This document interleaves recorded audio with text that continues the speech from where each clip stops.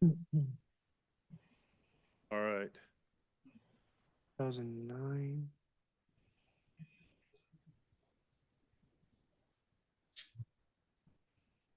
Kearny County District Court on January 18, 2024. Judge Darrell Walters presiding.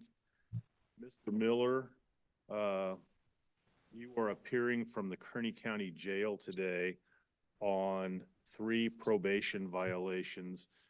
First off, Mr. Gagos, would you state your appearance for the record? May it please the court, Attorney Eloy Gallegos for the state of Kansas. Very well, thank you, Mr. Gagos. Mr. Miller, I'm going to go over some information with you. And then after that, we will discuss your options regarding representation. Everything I'm telling you right now is an allegation, so there's no need to give the court facts or anything.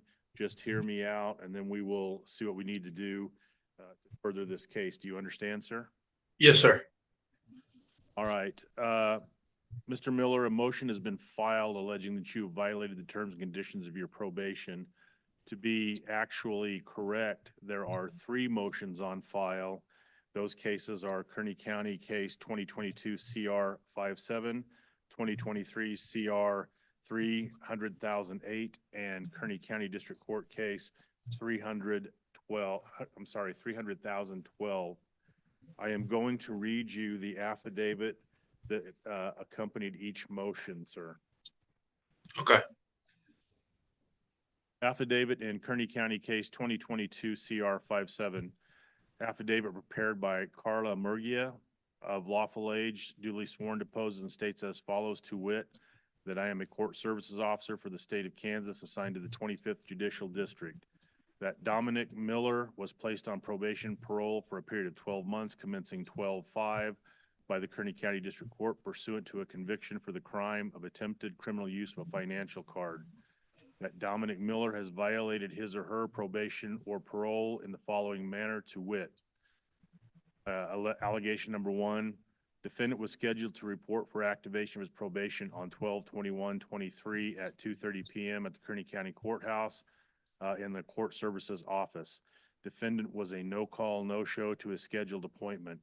On 12/27/23, CSO Murgia mailed defendant a letter to the provided address of 700 Nabocco Lane, number 8, Lake, Kansas, 67860. The letter was returned back to the office on 1/2/24, stating on it a yellow sticker stating "Return to sender, no mail receptacle, unable to forward." On 1/2/2024, CSO Murgia called defendant at the phone number provided, 620-952-9792. I left a voicemail to return the call to me at 620-271-6158. As of today, defendant has failed to reach out to CSO Murgia. This is a violation of condition number 2. Report in person to the CSO as directed. If you cannot report as directed, contact your CSO 24 hours in advance to make other arrangements. And this affidavit was sworn to on January 4th, 2024. On to Kearny County District Court Case 23 CR 300,008. The motion alleges a probation violation, and I will read you the affidavit. Carla Murgia of lawful age, being first duly sworn, deposes and states as follows, to wit, that I am a court services officer for the state of Kansas assigned to the 25th Judicial District. That Dominic Miller was placed on probation parole for a period of 12 months commencing on 12/5/2023 by the Kearny County District Court pursuant to a conviction for the crime of theft.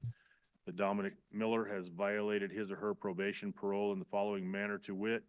Allegation number 1, defendant was scheduled to report for activation of his probation on 12/21/23 at 2:30 p.m. at the Kearny County Courthouse CSO office. Defendant was a no-call, no-show to his scheduled appointment on 12/27/23.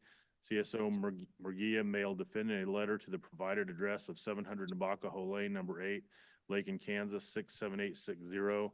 The letter was returned back to the office on 1/2/24, stating it had a yellow sticker stating "Return to sender, no mail receptacle, unable to forward." On 1/2/2024, CSO Murguia called defendant at the phone number provided, 620-952-9792. I left a voicemail to return the call to me at 620-271-6158. As of today, defendant has failed to reach out to CSO Murguia. This is a violation of condition number 2, report in person to the CSO as directed. If you cannot report as directed, contact your CSO 24 hours in advance to make other arrangements. This, sir, was also sworn on January 4th, 2024. Finally, in Kearny County District Court Case 2023 CR 300,012, the motion was filed with the accompanying affidavit. Mr. Miller, this affidavit is, with the exception of the case number, identical to the 2 I have just read you. Would you like me to read it in its entirety? No, sir. All right. All 3 affidavits have the same information, basically, that you did not show up for your scheduled appointments and did not follow through with contacting your CSO. These are allegations only. They're not considered fact until they're proven in court. Do you understand that? Yes, sir. All right.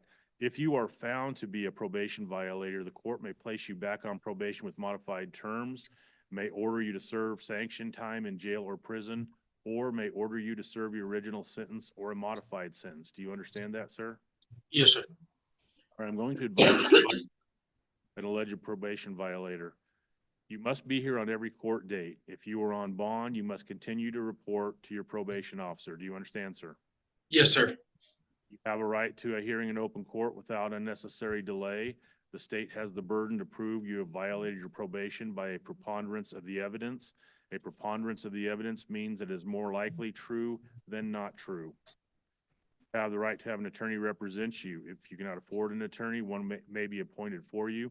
If you are found guilty, you may have to pay part or all of the cost of an attorney. Do you understand that, sir?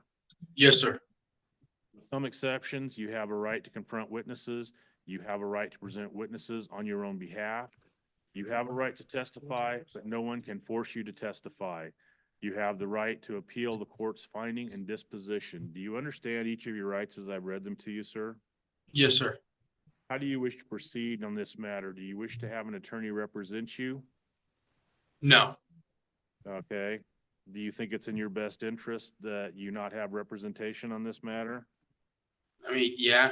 I mean, I tried, well, I guess we could talk about that on the next court date, or since you said the state facts or whatever. Very well. So you are telling the court you wish to waive your right to an attorney today. Is that correct? Yes, sir. Is anyone promising you anything in return for waiving your right to an attorney? No, sir.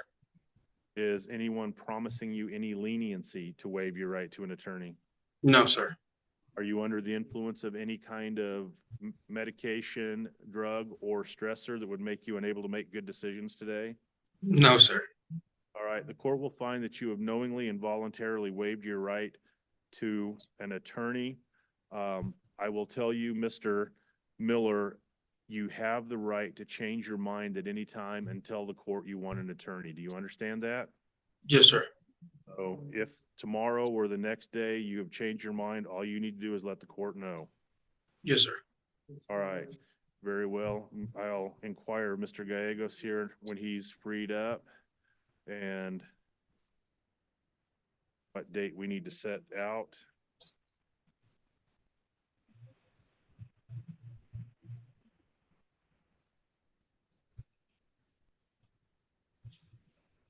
I am going to, on my form I'm filling out regarding your waiver, Mr. Miller, I am going to print your name. Is it Domanick as it appears on the complaints? Yes, sir. I'm going to note verbally by Zoom your waiver. Mr. Gallegos, I have a knowing and voluntary waiver of an attorney for Mr. Miller. Today, do you wish to set for a future date? How do you want to approach this?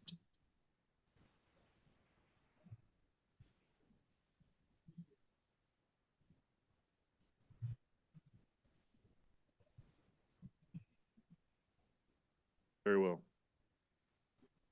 Bree, could we get a breakout room for Mr. Miller and Mr. Gallegos? Yes. Jesus, that's scary.